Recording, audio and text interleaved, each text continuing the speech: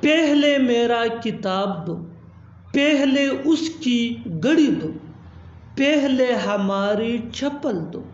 ان جملوں میں ہم کہہ رہے ہیں پہلے دو، یعنی ہر سینٹینس میں پہلے دو کامن ہے، بار بار ریپیٹ ہو رہا ہے۔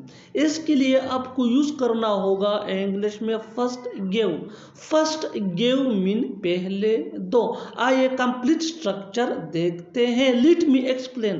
First give plus subject plus thing, یہی وہ فارمولا ہے۔ آگے ڈیٹیل سے سمجھاتا ہوں مثالوں سے۔ Here are some example for better understanding۔ پہلے میرا کتاب دو، first give my book۔ first give my book، پہلے اس کی گھڑی دو، first give his watch۔ first give his watch، پہلے ہماری چپل دو، first give our slippers۔ first give our slippers، پہلے اپنا موبائل دو، first give your mobile۔ جتنی جلدی ہو سکے تیار ہو جاؤ، جتنی جلدی ہو سکے وہاں جاؤ، جتنی جلدی ہو سکے اپنا کام مکمل کرو، جتنی جلدی ہو سکے سو جاؤ۔ ان جملوں کو غور سے دیکھو۔ ایسی جملے ہم اپنے ڈے ٹو ڈے لائف یعنی روزمرہ زندگی میں روز بولتے یا سنتے ہیں۔ ان جملوں میں ہم بول رہے ہیں جتنی جلدی ہو سکے، یعنی ہر سینٹینس میں جتنی جلدی ہو سکے بار بار ریپیٹ ہو رہا ہے۔ اس کے لیے آپ کو یوز کرنا ہوگا انگلش میں as soon as you can۔ as soon as you can mean جتنی جلدی ہو سکے۔ آئیے کمپلیٹ سٹرکچر سمجھتے ہیں۔